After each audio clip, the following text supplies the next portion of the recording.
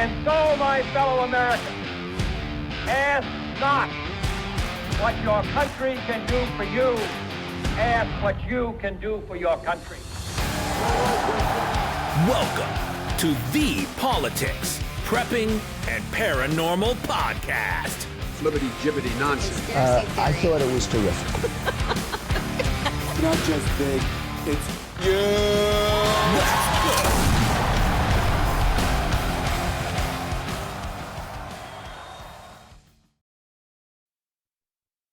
Welcome, and thanks for watching and listening to the Politics, Prepping, and Paranormal Podcast. My name is Jeff Morey, and I'm your host.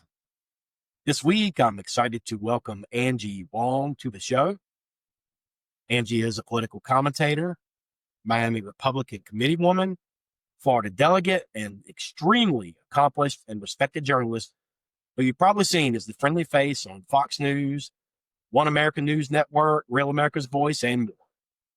She's a philanthropist who is passionate about serving not only her community and her constituents, she's also a powerful voice for our honored veterans and the American people. So I'm looking forward to her bringing her unique perspective and opinions as we discuss some of the biggest issues facing our country today. Here with me to discuss this is Miami GOP committee woman and chair of the Capitol Hill Fight Club, Angie Wong. I thought we weren't supposed to talk about Fight Club, Angie, but there we go. So let's find out more about Matt Gaetz, and we can speak to Angie Wong, a Florida Republican executive who joins us now from Miami. Angie, great to have you back with us here on Al Arabiya News. So for more on this, we're joined now by GOP strategist Angie Wong. Angie, good morning. Welcome, Angie, and thanks so much for joining me. Hey, thanks, Jeff, for having me on your show. I'm so excited. When you first invited me onto the show, I'm like, what is this? Politics and paranormal? I'm like, this is like the two things that I'm so obsessed with. So thank you very much for having me. Absolutely. Hey, I love it. It's the things I'm interested in. It's different. It's unique. It's my thing. So I love exploring all that stuff. We'll talk a little bit about that before we get done. Just, awesome. Your thoughts on some of that. So first of all, for any of my listeners who may not know you, could you tell them a little bit about you and your background? Oh, boy. Yeah, well, I've been a journalist for 22 years now. And when I first started, I wanted to be a political reporter, but that was really, really difficult to break into.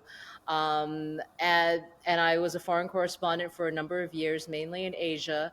Made my way back in the teens. And I had two kids with me. So we ended up in New York City, raising two kids. And that's when the riffraff began. That's when I just started seeing, my city that I was born and raised in completely fall apart. A lot of it was the Antifa stuff. We had BLM demonstrations up and down our block every night.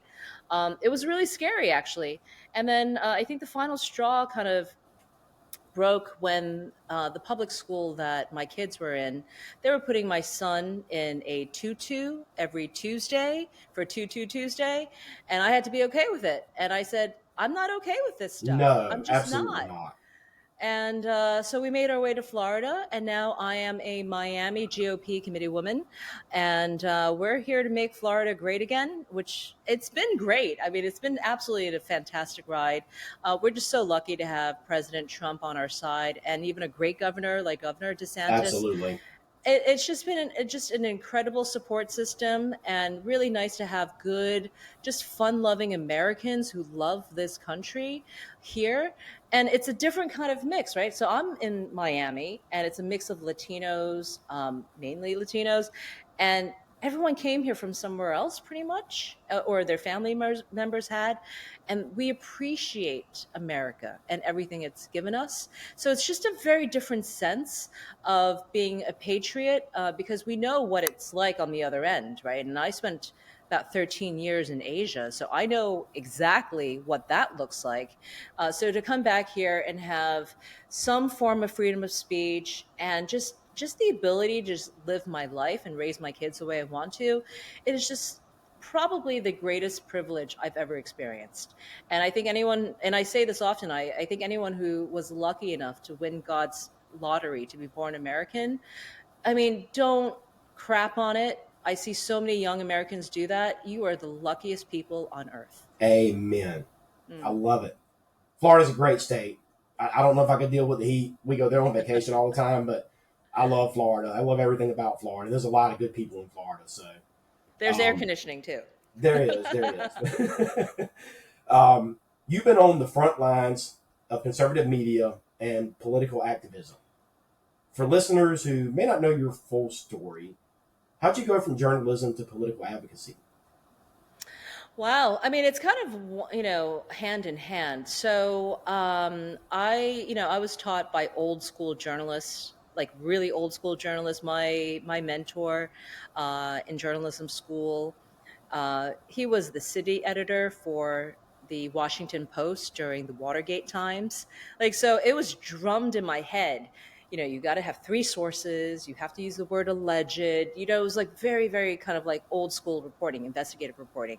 So, to do that and then to come back after many years into the United States and see our newsrooms become pretty much filled with activism was so bizarre to me. Like these newspapers that I worshipped when I was a little kid, like the New York Times and the Washington Post, they were filled with activists. It wasn't even, and the lines weren't even like, okay, this is an op-ed. No, it was just pure reporting that was so biased that I just went, what? It was so foreign to me that I decided I should probably put my skills to work here and just challenge a bit of that. And also just like being in New York City at a time where I just didn't recognize New York City anymore, where you couldn't speak your mind. If I even wore a red hat from a particular year to a particular year, I would have a bat to the back of my head just for wearing a red hat. That's how crazy the United States had gotten. And I just thought, whoa, what's going on here? And it all boiled back down to journalism. The information that's being fed into our minds are really screwing us up in a big way, because we are basing our decisions on the news of the day, on how the media twists and kind of screws around with your head. And I would like to say that I think most Americans are not media trained enough to recognize when there's propaganda being inserted to you, when you're born into a millennia of marketing and like right versus left. I mean, all of that stuff is really constructed. So I try to like figure out what I can do to bring some common sense back into it. Yes, I do fall on the conservative side. Yes, I am a Republican, but it's not. When it comes to news, it's just about sources and facts. And I wouldn't mind getting back to that versus what we've been doing, because what we've been doing is actually very dangerous, right? We've been allowing people to believe that there's right versus wrong, that ICE agents are bad, that, it's okay to shoot your political opponent. And all those things, it's just gone over the line to violence. This is not First Amendment anymore. We're actually inciting violence with our news and our messaging. And that's where I need to kind of pull us back in. And Right. if I can do it, great. I hope other people can. But I could see it very clearly. I do hope that other people wake up to it, because it's gone to a very dangerous point. I think people are starting to wake up slowly. I think so. Yeah. You got radicals on both sides, especially the left. I mean, it's just, they lost and they just can't deal with it. So, I mean, at this point, the only thing they can turn to is violence, unfortunately. I think we're starting to see that play out across the country. But you nailed it. I think more people got to get back to common sense, plain and simple. And we've lost a lot of common sense in this country. A lot of us have, unfortunately. So I'd love to see your opinion on where we're at, speaking of that politically. I guess the first thing we should be talking about is the Schumer shutdown. And when is this debacle going to end? So you have to know that the Schumer shutdown has nothing to do with the government at all, actually. It's about power and who has the power in Washington, D.C. So it used to be that if you're a Democrat and you needed something, you walk into Hakeem Jeffries or Chuck Schumer's office and you're like, hey, this lobbyist is, down my neck, and this donor needs this and whatever. Right? My constituents need something. I need you to get it into a bill. And Chuck Schumer or Hakeem Jeffries would sneak it into whatever bills that's coming up next. And it has nothing to do with the bill. So the bill could be for saving American children, but yet they're going to have a construction bill for a bridge, in that district. That's how Washington used to work. Yep. So now you get President Trump and his administration in, and they're like, nah, we're just going to do things the way the Constitution wrote them. And we're going to play by the rules. And we're not going to do any of these back channelings and all these deals that keeps Chuck Schumer and Hakeem Jeffries, in power. That's why all Americans are suffering right now. Because of the shutdown, because you have Democrats who have voted, 12 times now, as of this recording, to keep the government shut down. Remember, Republicans, what did we want? We just wanted a 7-week continuance of a budget that the Biden administration passed, okay?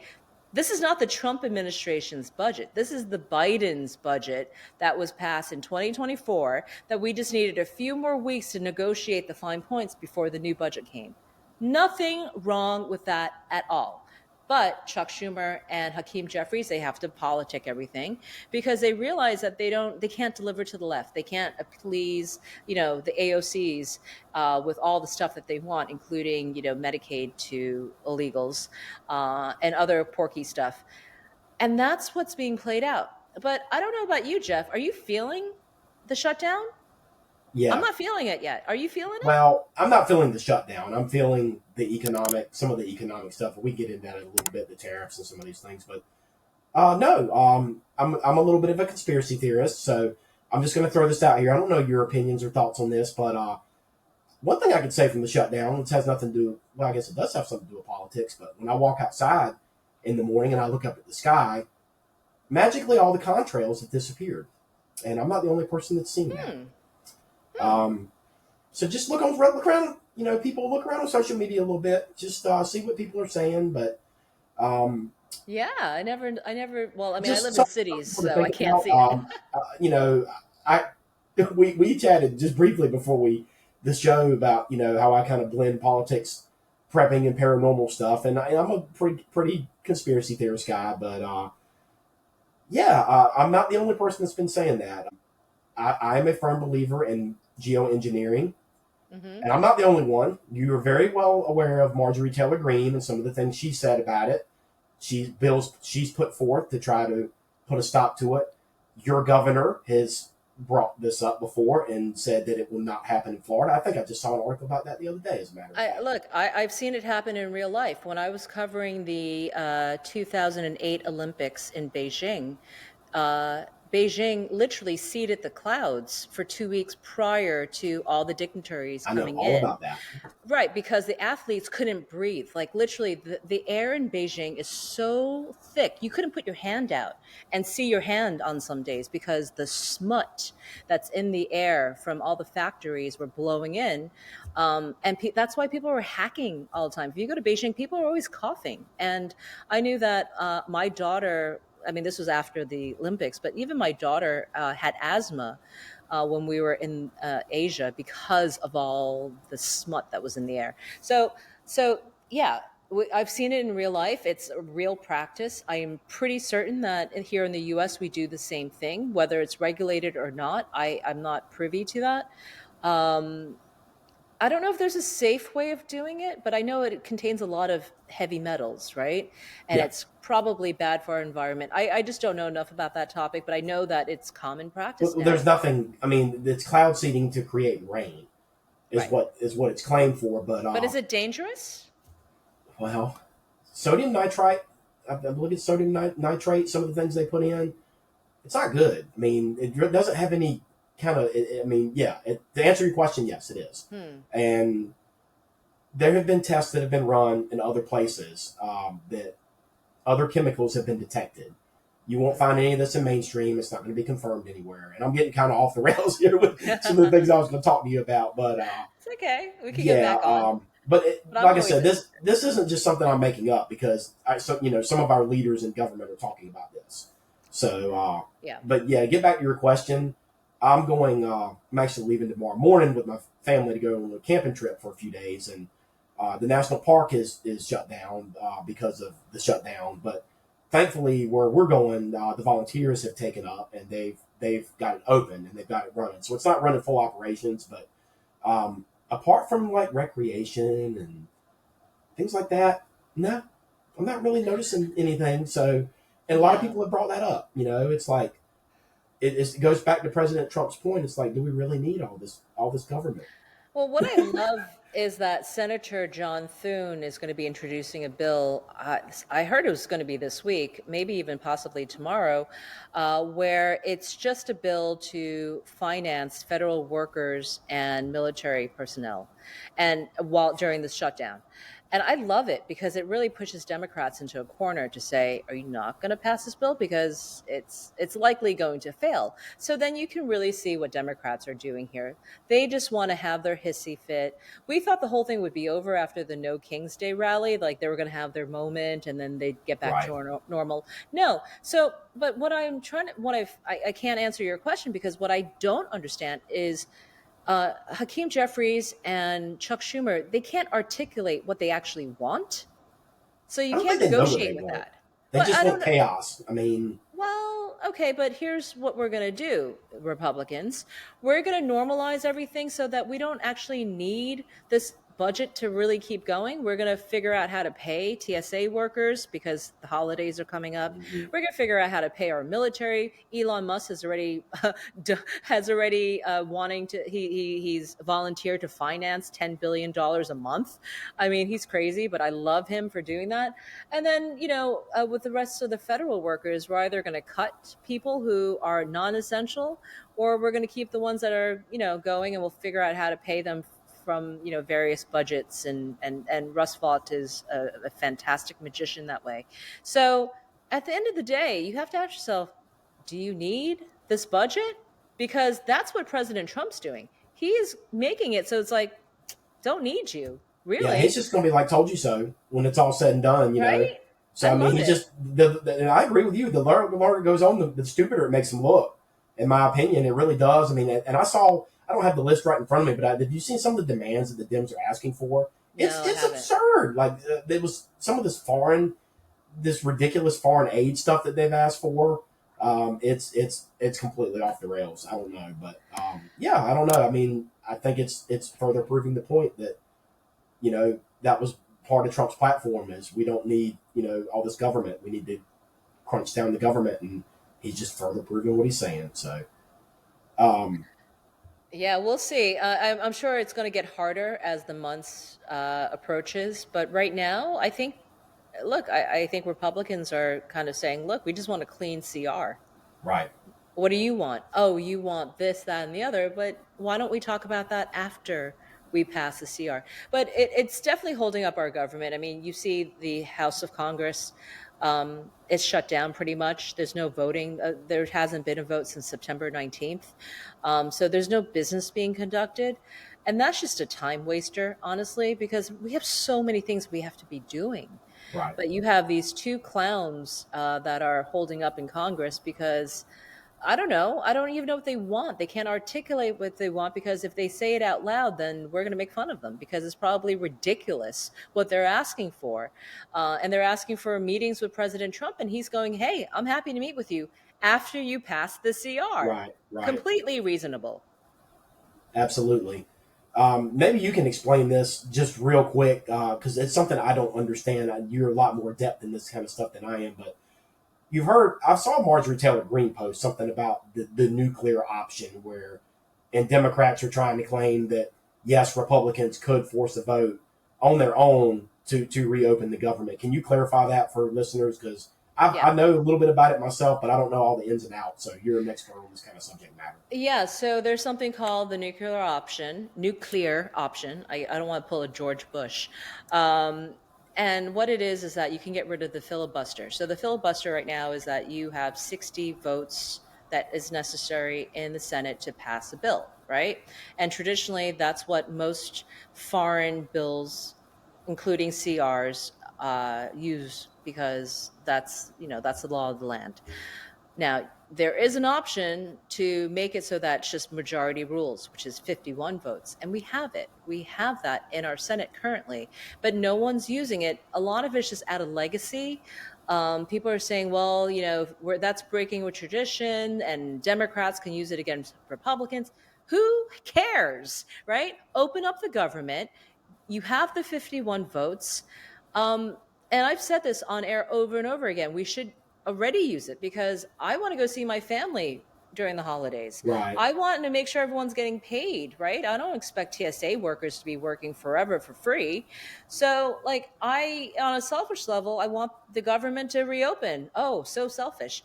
But I actually think that President Trump and his team wants to keep the government shut down. One, to stick it to Democrats to say, these are the clowns. Like we're just like waiting for them to grow up. And two, I think it gives Russ Vought enough time to cut the fat from the government, especially the non-essential workers. Remember, a lot of the fat that's going to get cut is going to be from these weird programs that nobody knows what they do anyway, but yet they make, six figures. And it's like a lot of them are leftover Obama and Biden administration arts programs, and I'm just making that up. I have no idea which ones they're going to cut. Right. But that's essentially what they are, and it's like, do we need them? No. So I think that's happening, and but at some point we're going to feel this government shutdown, especially with a lot of the stuff that we're doing overseas. We can go down this path for a little bit longer, maybe even to the end of the year. I don't mind. But I do think that, it stalls the Trump agenda. And that's where I know President Trump is only there for such a short period of time. I want him to cram through as much of his agenda as he possibly can in the 3.5 years that he has left and get it all done. And right now, everything's stalled. Yeah, and I think that's one of the things a lot of people don't understand about government that don't know anything about politics is, people will look back on Trump and judge him, and you can't fairly judge him because his term was split between two different terms. And what a lot of people don't understand, you can't implement policy in one term. It takes time for these things to take effect. And I think Trump's done a good job doing what he could, but a lot of the things that, in order for everything to circulate down the pipe, I just think it takes a lot of time for all this to happen. And I just don't think he's got enough time. And this, like you said, you nailed it. This is further, shortening his lifespan as far as getting his policy passed through. So. And that's the play with the Democrats, right? They want to keep the government shut down so Trump can't do anything. They want to keep everything that he does slow walked through the courts so that he can't achieve anything. Look what's happening with our ICE and National Guard, right? I just saw Oregon's Ninth Circuit Court give permission to the president to send federal troops, our National Guard, into Portland to protect federal buildings. Why do we even have to question that, right? Right. But the AG of Oregon is now going to be filing for an en blanc, which is basically to say he wants to reverse the Ninth Circuit's decision to not let Trump bring in National Guard to protect federal law enforcement and federal buildings. We know the outcome of all this, but he's trying to slow walk and put speed bumps every which way so that Trump cannot have a win during his administration. And we know, anyone who's been involved in a lawsuit, we know how long this stuff takes. It takes years to unravel. But they think if they can put enough speed bumps that they can win during the midterms. And that's really where all of this is being slow walked to right now. I would even argue into November's election, which is just a couple of days away. That's going to be the very first telltale sign of whether or not there's a referendum against President Trump come November 4th. Right. I'm completely changing gears here, but this is something I wanted to ask you about and get your opinions on. Because it's been such a big thing for our country. It's been just change our entire culture, everything that we think and view, especially for Republicans and for Christians in our country. We're over a month past Charlie Kirk's shocking assassination. What are your thoughts? How do you think that has brought about such a renaissance, I guess, so to speak, of Christian nationalism and the fire that's brought to this young voter base into the midterms and eventually the 2028 presidential election? Yeah, I had no idea that Charlie Kirk had so much pull with Americans in general. And he is the definition of a martyr. I mean, I've seen more young men, more young gentlemen come out since his death. And I'm a little bit older. I had no idea how much he touched young Americans in a way that inspired them, and gave them permission to be different on college campuses. So if you went onto a college campus, and I've been to some I come from radical universities like Columbia University, right? I know exactly what's going on the campuses there and in the classrooms. The teachers are activists. When I was going to school at Columbia University, I was taught how to think. Now they're teaching kids what to think. So much so that if you veer from that line of thinking, they come after you. And that's exactly what Charlie Kirk was walking into when he walked onto those campuses.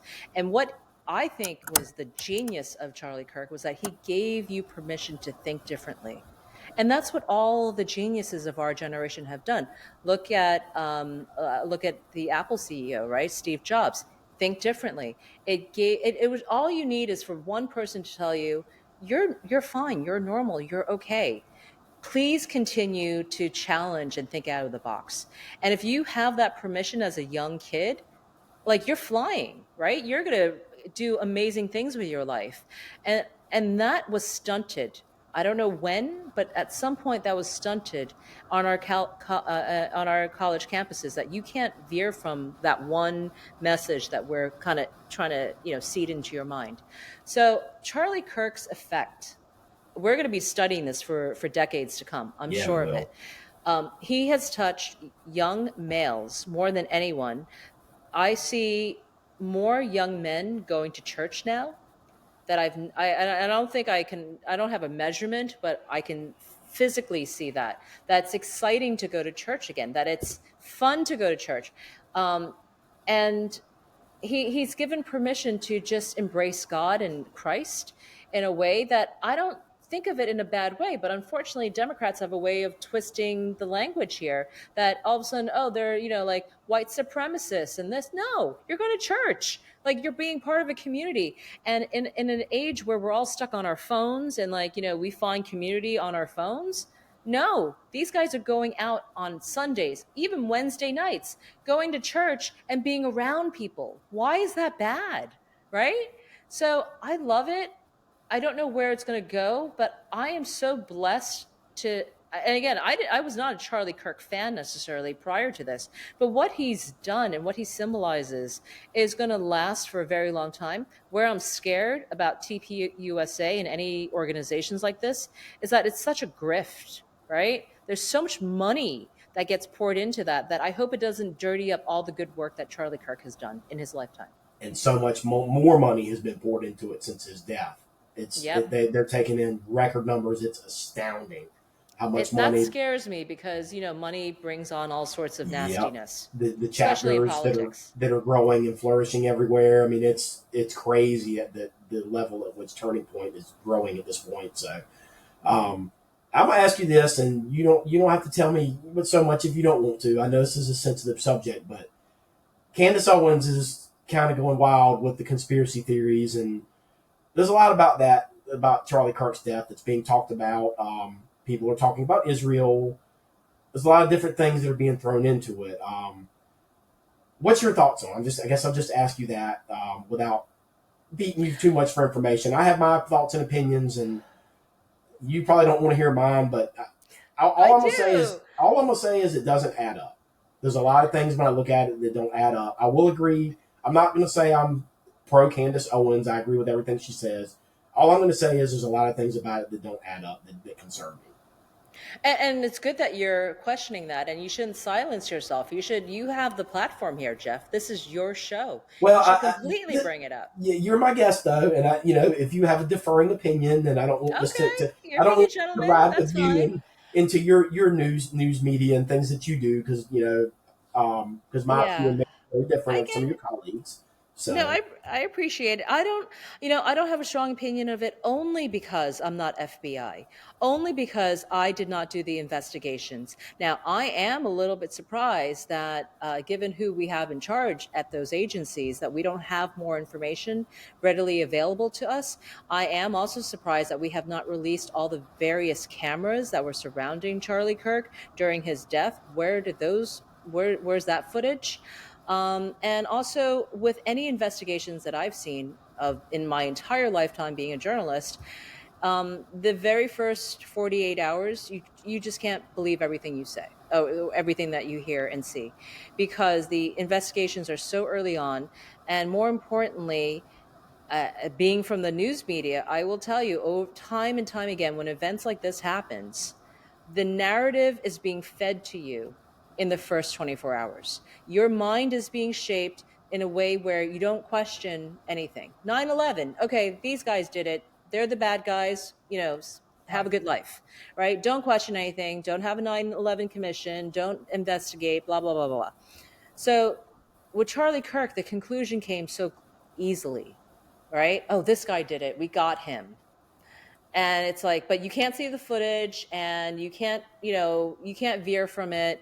And we're going to have a big rally in Arizona, and the wife is going to cry. And that's that. Yeah, we could talk about this for hours because I've done a little bit of research into it, but yeah, there's a lot about it that does not add up to me. That's all I'm gonna say, in the days of social media, I think we deserve to know. I mean, he's been such a character, and it's beyond public figure. He's almost like almost godlike status that we deserve to know. And there's enough evidence to kind of just negate any doubt in anyone's minds. And why we haven't been shown that has been really strange to me. I have my own theories about it. I don't know about the Israel thing, although, having covered foreign governments and lots of foreign governments in my lifetime, there's propaganda all over the place. And foreign governments here in the US are paying journalists to push out a message. I've seen it firsthand, and I hate that happens, but I see it all the time. Right. The left likes to portray Republicans, especially MAGA Republicans, as all conspiracy theorists, insurrectionists, and racists, and claim President Trump's a dictator. I guess this goes back to what you were just talking about. How do you respond when you hear these accusations and dangerous rhetoric being used? Well, it's still being used, and it's gone to a point where it's dangerous levels. And you can see from the left, their psychosis have changed, right? They really do take that in as fact, as truth, as once you dehumanize somebody, then you give permission to go after that person, to harm that person, maybe even kill that person, because they've been dehumanized to the point where they are the genesis of all the problems in your life. And if you get rid of that, then you're going to have, you're going to find heaven. Right. Essentially, that is how we've taught the left, that Donald Trump is the genesis of all your problems. And the one thing Democrats are really good at is they find that one little nugget in you, that little bit of abuse that you might have experienced when you were a child, or that you didn't get from your parents. They find that one piece of abuse, and they twist and turn it, and then they turn it into a political message. And I've seen this because I remember during Hillary Clinton's U.S. Senate race, she hired a bunch of ad agency guys, right, from the top ad agencies. And they all knew exactly how to push and pull those levers inside you, your emotions, to get you to vote for her. I was way too young, but I remember kind of seeing that was the strategy. And I thought, wow, that's really, really clever, because we all have it. Anyone growing up in America is going to have some sort of trauma in their childhood or within their lifetime. But they were able to pull that and twist a message and make Donald Trump the bad man, the boogeyman, whatever. And that's what you're seeing play out and act out right now, right? because this Trump derangement syndrome, which should be studied, by the way, by Seriously. doctors. I mean, it's Yeah, these people you know, are nuts. it's undeniable at this point. It's of that same trigger of abuse. And I think that's where, I know no real doctor is going to want to look into this because it's like, oh, it's politics. No, I think it's a real thing. Now, I've been attacked a million times. I've been smeared, harassed, everything. People don't know me. They just know that, I'm a talking head Republican on TV, right? But if at airports, at various events, they'll come up to me and they'll even spit at me. Why? Because they've been told there's good versus evil, and I'm evil. And so you have minds that are not necessarily, I hate to, and I don't want to say this across the board, but Democrats, I feel like they have minds that haven't developed in a particular way, that you can see that, this is not real, that this is all a construct, but something about them, they don't have that yet. Or they have to be so right, more right than you. And it's like a, pride thing, to the point where you can go up to a stranger and spit at them. It's just bizarre. That's unbelievable that people have done that to you. I can't believe that. Oh, the way worse. Oh, wait, Jeff, being in politics, your skin's got to have Teflon, right? But no, I mean, I've been called every which name. I don't care. At this point, it's laughable, but it took me a couple of years. But you do have to have the skin for it. Yeah, I mean, it's the far left. I mean, there's just no way to sugarcoat it. They're mentally ill at this point. I mean, yeah, and I hate to use that word because it's so broad.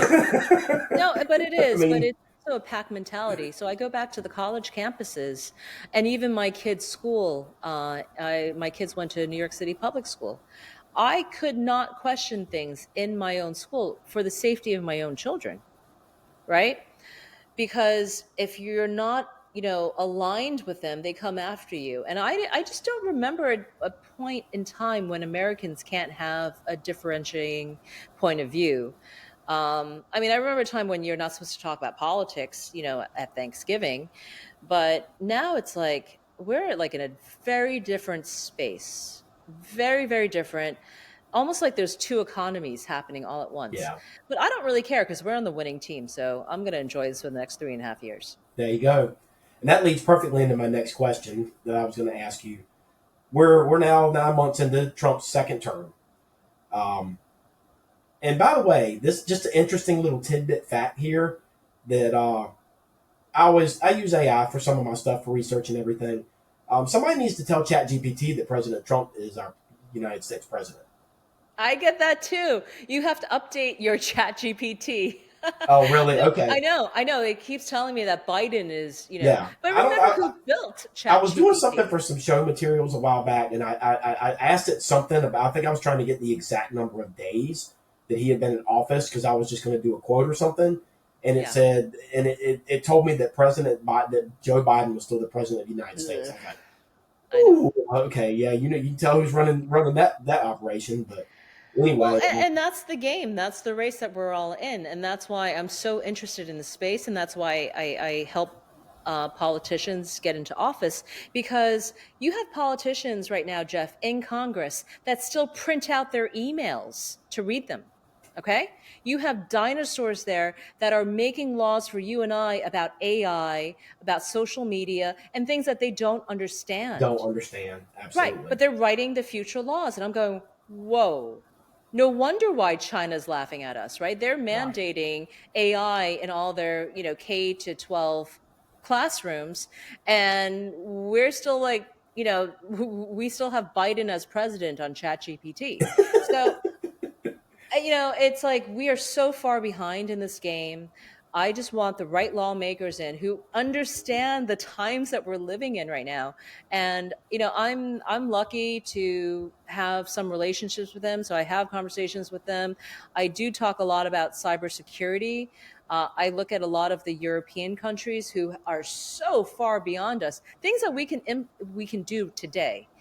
The problem is we have social media, big tech lobbyists all over Washington who are blocking every single step of this because, power, money, etc. Special But interest. but that's the world that we actually live in now. We don't live in an offline world as much as we live in an online world these days. 100%.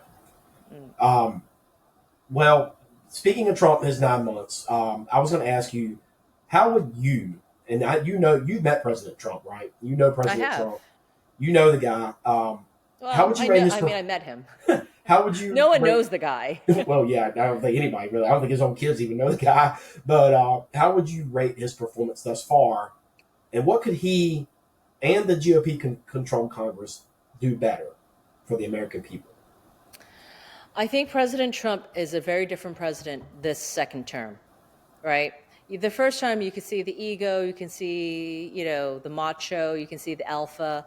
This term is very, very different. And it's actually a little bit of a lie to what he was promising during the campaign. Maybe lies a little bit strong, but, it was a very America First campaign that he ran, for sure, right? And I hear from a lot of people that he's not taking care of America, that he's so focused on foreign policy, and I like it. I don't mind it because it's all everyone's hand-holding here, right? And I love what he's done foreign policy-wise, and I know I could see that he just gets what he needs and he jumps out, right? So I think that's super smart what he's doing. He also realizes that, we can't just cut ourselves away from Ukraine, Russia, Gaza, Israel, China, Taiwan. It's the U.S. is so integrated in that we can't just be America first. And I say that having covered those regions and also being an America first person myself. It's all interrelated. How are we going to get computers? Well, we need rare earths minerals, right? How are we going to get semiconductors? Well, we need China to get along with Taiwan because they produce a lot. A lot of it is based on trade and all the tariffs that he's been doing. I think President Trump has tried to solve a lot of the world's problems in the first 100 days of his administration. I think he's frustrated that it didn't go faster. I think he knows how to play this game better than anyone now because he realizes the blocks are, one, with the Senate confirmations, two, with these kind of rogue judges that Democrats keep running to every time something doesn't, go their way. And those, and he's trying to clear those blockages with executive orders, with just not caring. You're going to hear a lot about this where, Trump will just be like, yeah, that's the law. Well, too bad. I'm just going to do it anyway. I like that because it's effective. He is showing every single week that he is accomplishing 80,000 things, right? And you can't fault him for it almost, right? Is he actually breaking laws? Probably one or two, but to the benefit of Americans, right? So I don't mind that. I think that Congress, I think Mike Johnson has been able to help him along the way, but even he's very limited to what he can do. I think John Thune could have done a lot more as a Senate Majority Leader, quite honestly.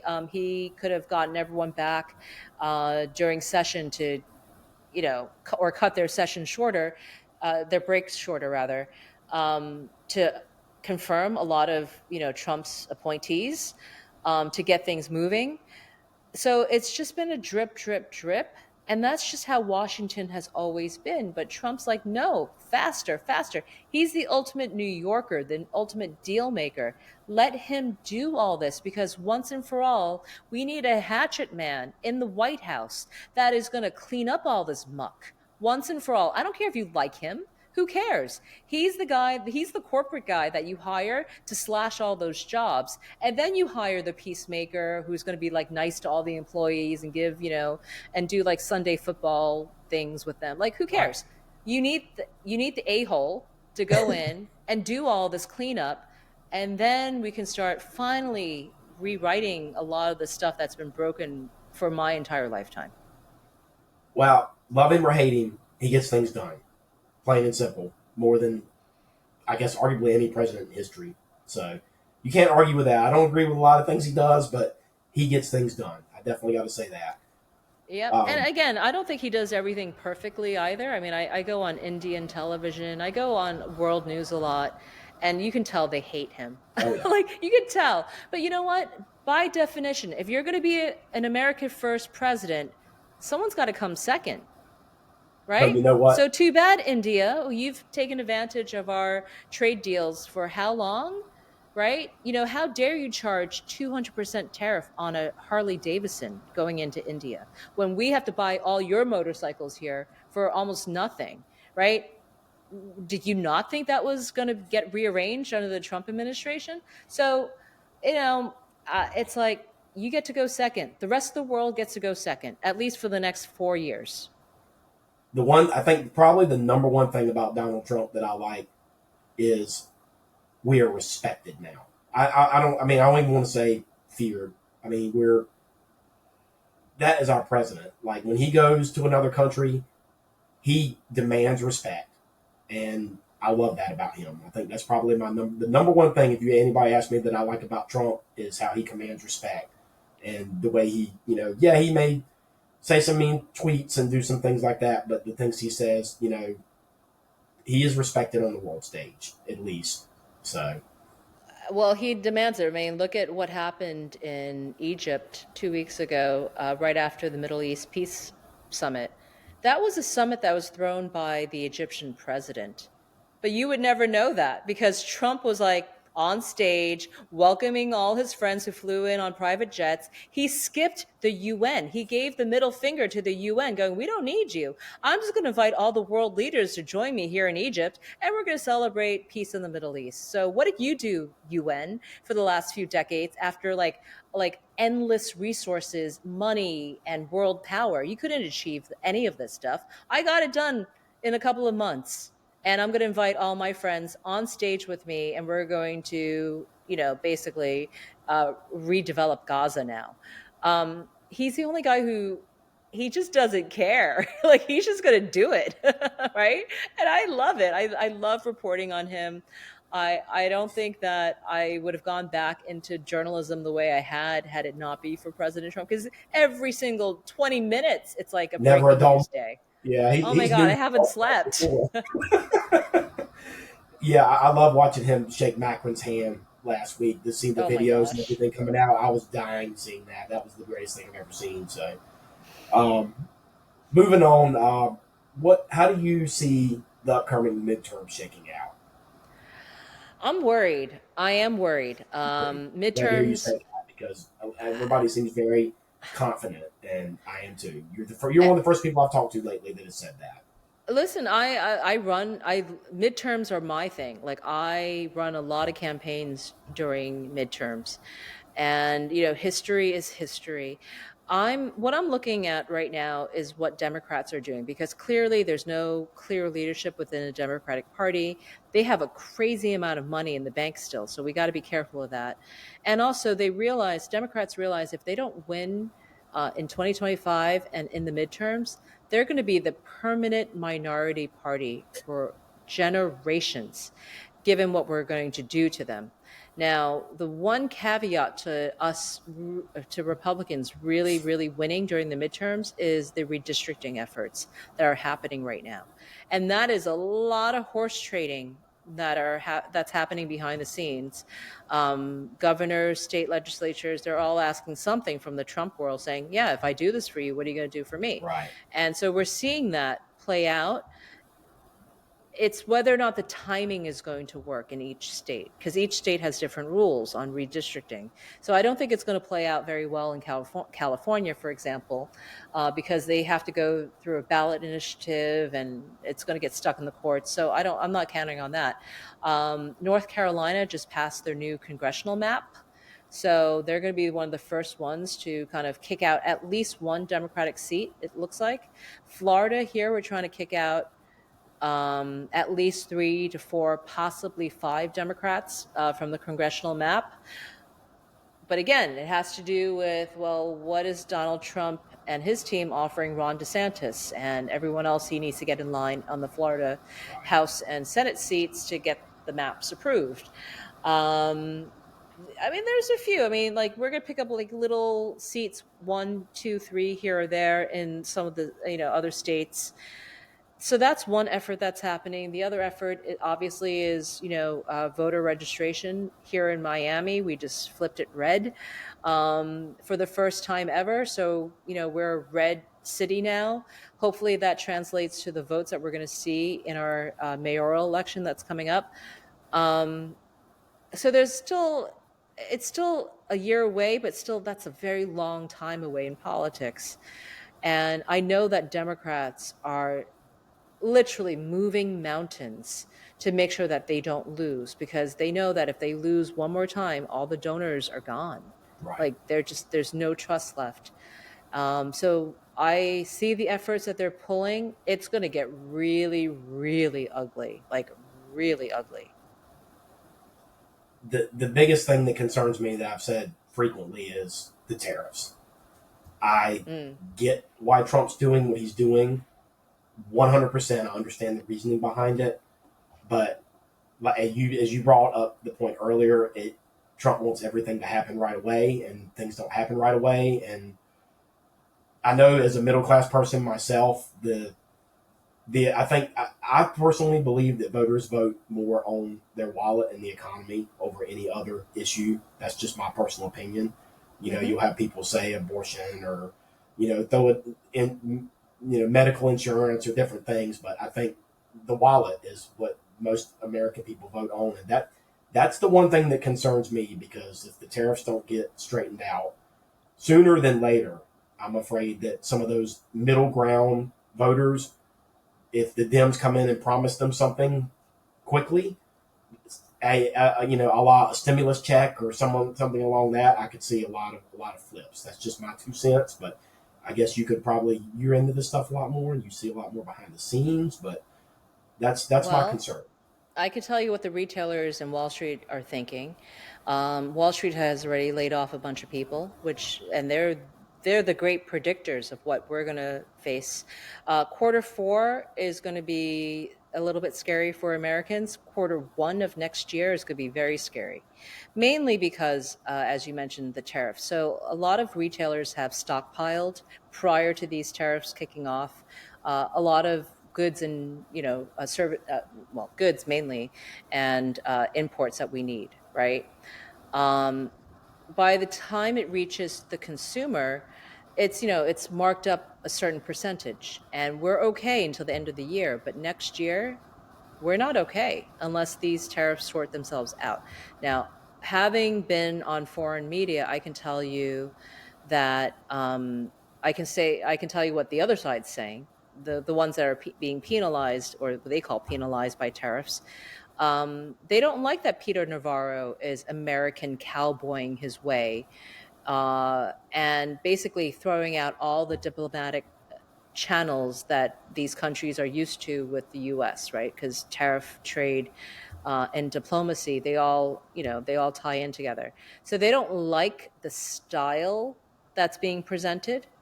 And because they don't like the style, there are some countries that just won't work with the U.S. They're just like, well, okay, if you want to put 200% tariffs on us, well, F you, I'm just going to go buy my soybeans from Africa. Right. And that's exactly what China did, right? They have stopped buying from the U.S. So our farmers are being penalized for this.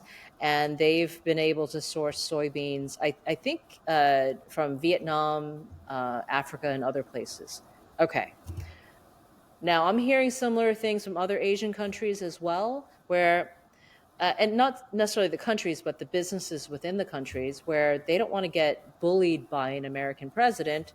So they're just not going to do business with us for the next 3 years. These large companies, these banks that I've been speaking to, they'd rather just wait it out for 3 years and see who comes into office next. Right. And they can sustain themselves for 50 years if they wanted to. Right. So I'm seeing that. And also, Trump has not had a lot of wins in the tariff department. He's been very, very quiet about it, mainly because I think he's realized that it's not like everyone's just going to jump on board and, give us fair trade. So that might be the only mishap that I've seen in the Trump administration for the first 9 months or so that he's been in office, is he didn't realize the pushback he was going to get with the tariffs. I think putting Peter Navarro in charge of that was, Peter Navarro is amazing. He's an amazing economist. He's an amazing, I think, Harvard professor. But in real life practices, you have to bring in the diplomacy. So now you're making Marco Rubio work double time, because you got Peter Navarro playing the bad cop, and you got, Rubio and others playing the good cop, trying to calm everything down, right? And I think that is the one thing that's going to hurt, I think, the Trump administration, plus the fact that, in places like Wall Street, they have to be able to predict. So if companies and Wall Street can't predict President Trump, and he's the chaos president because he loves working in this, if you can't predict the next quarter, guess what companies are not going to do? They're not going to hire. They're not going to bring on additional jobs.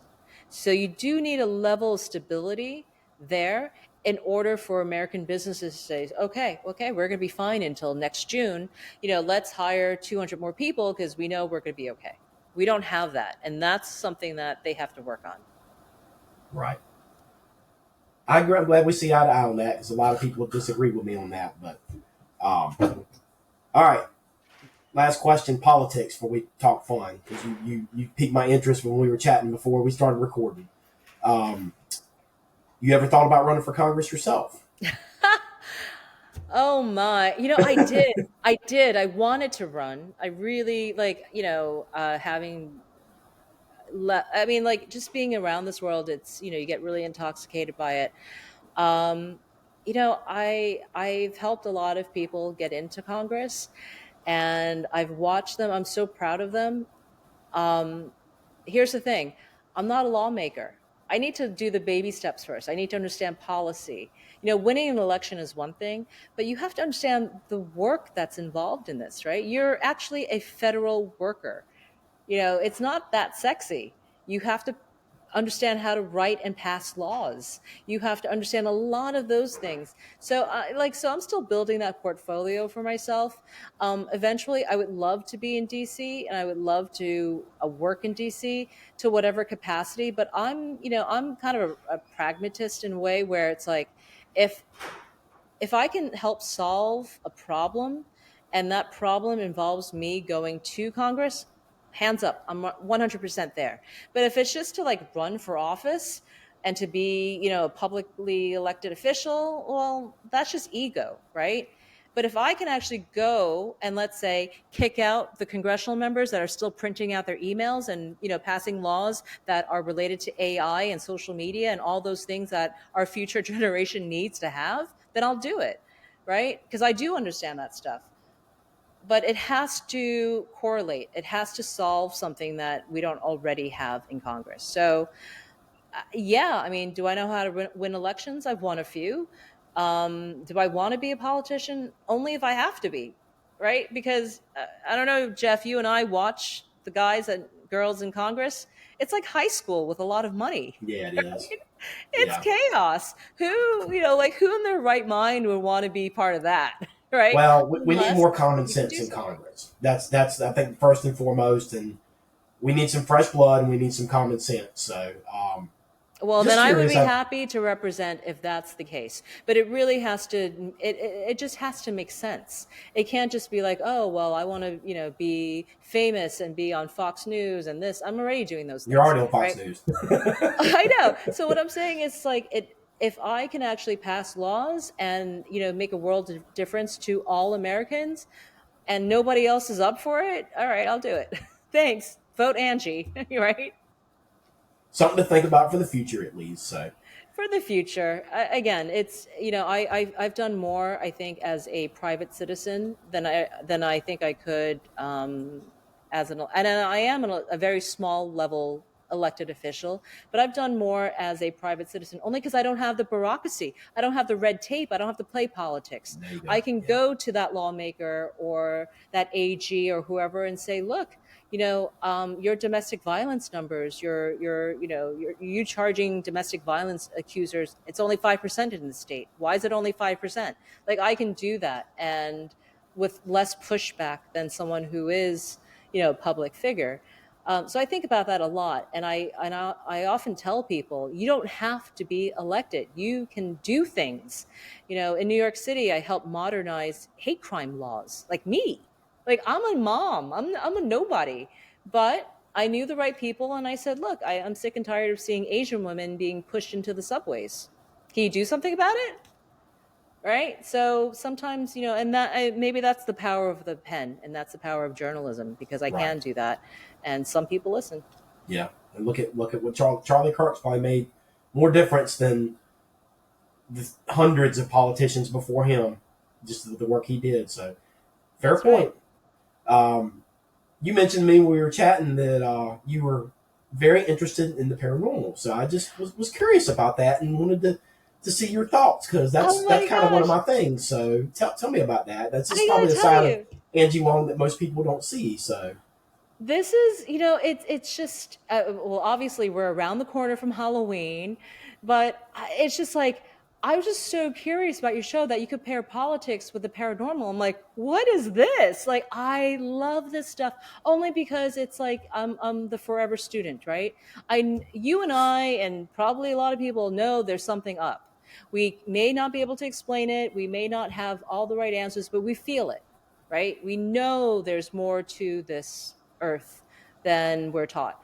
So, I'm personally, I'm just amazed by it. Unfortunately, this year I've had a few friends who've died, and no doubt they've come back and visited me and whispered in my ear or showed up as a bug on my screen, in the car. Like, they're still talking to me. There's still energy, and and I know it. And I don't want to, it's like forever we've been told that we're crazy to think this. I don't think it's crazy.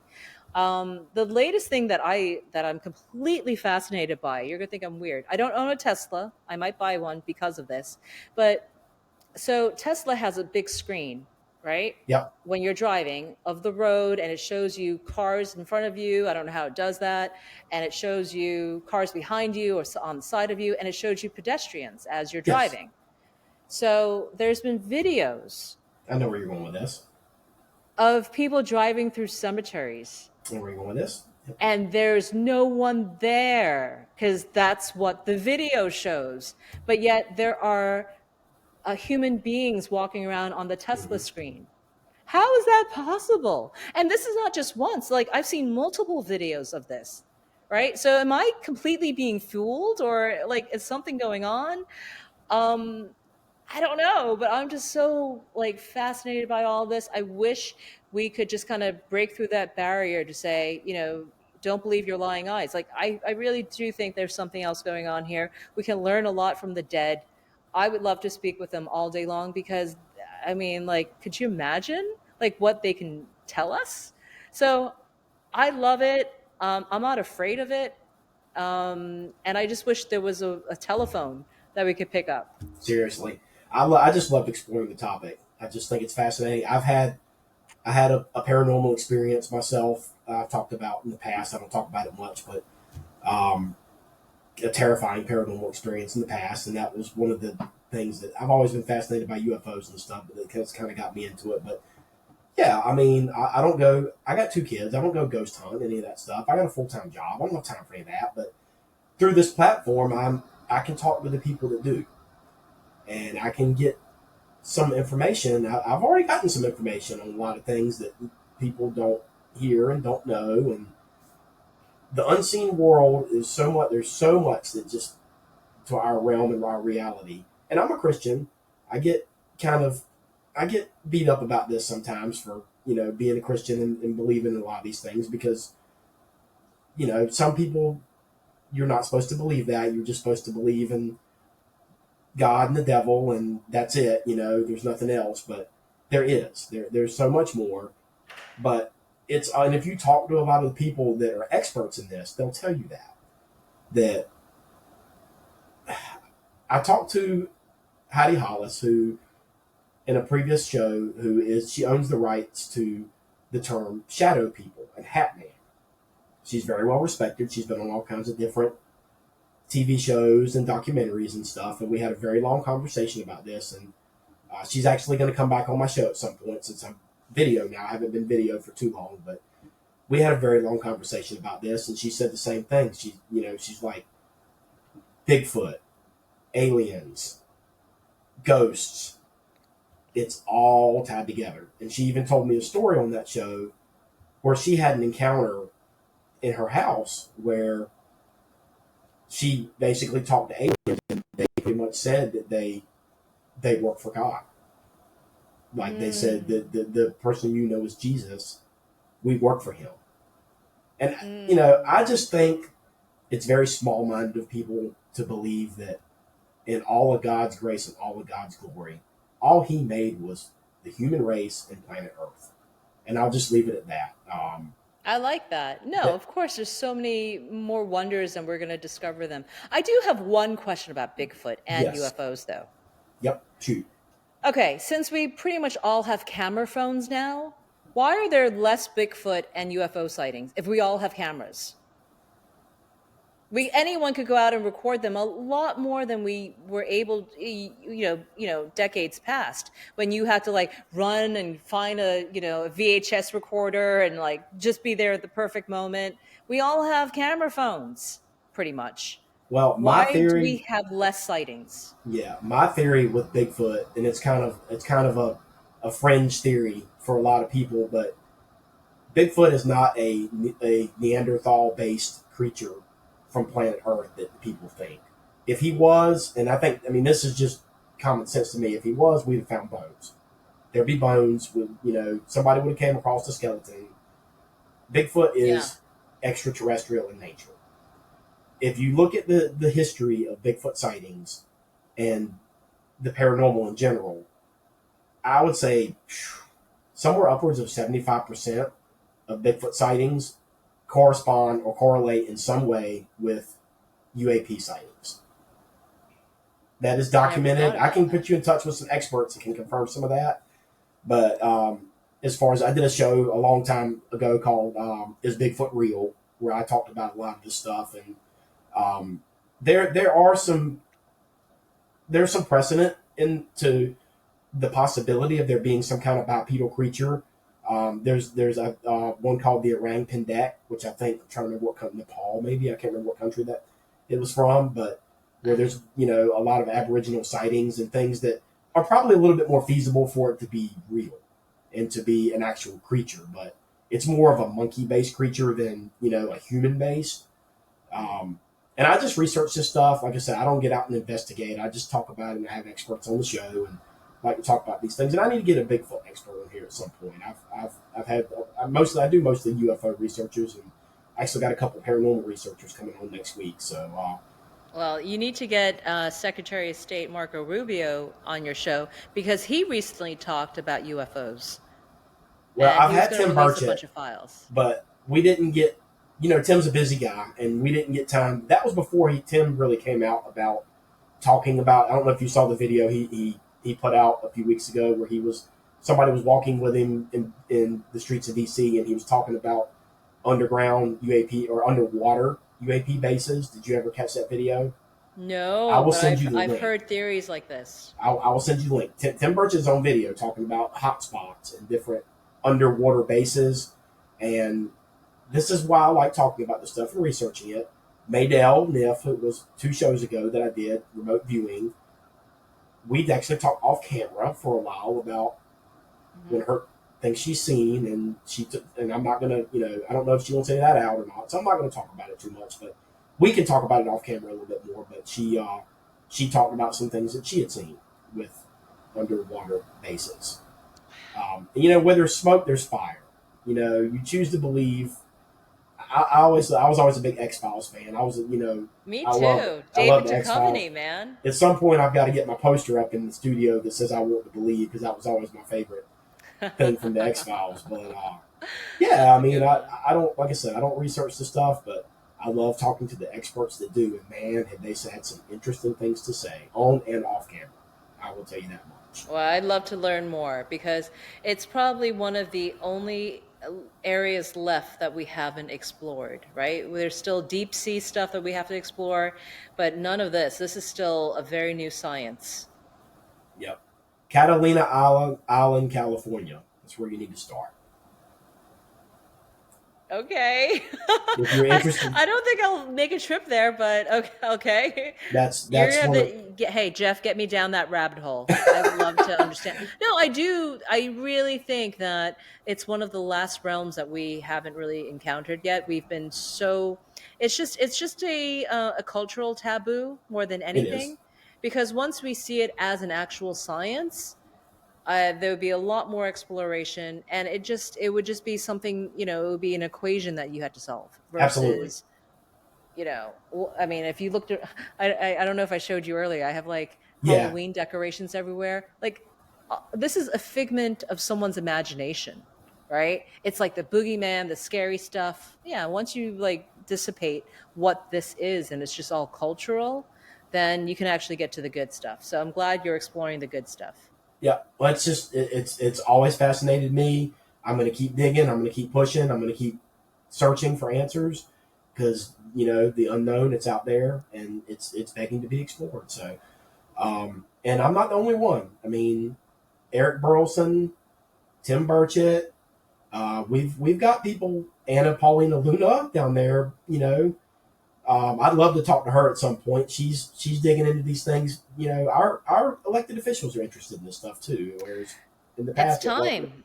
Let's open up the government so we can finance some of these research I love things. it. I actually posted on my Twitter. I made a little meme, and I created the Department of, I can't remember what I called it, but I tagged Burchett, Burleson, and Luna, Department of UAP research or something like that. Like we need our own government department in Congress for this. I think. That's cool. I like it.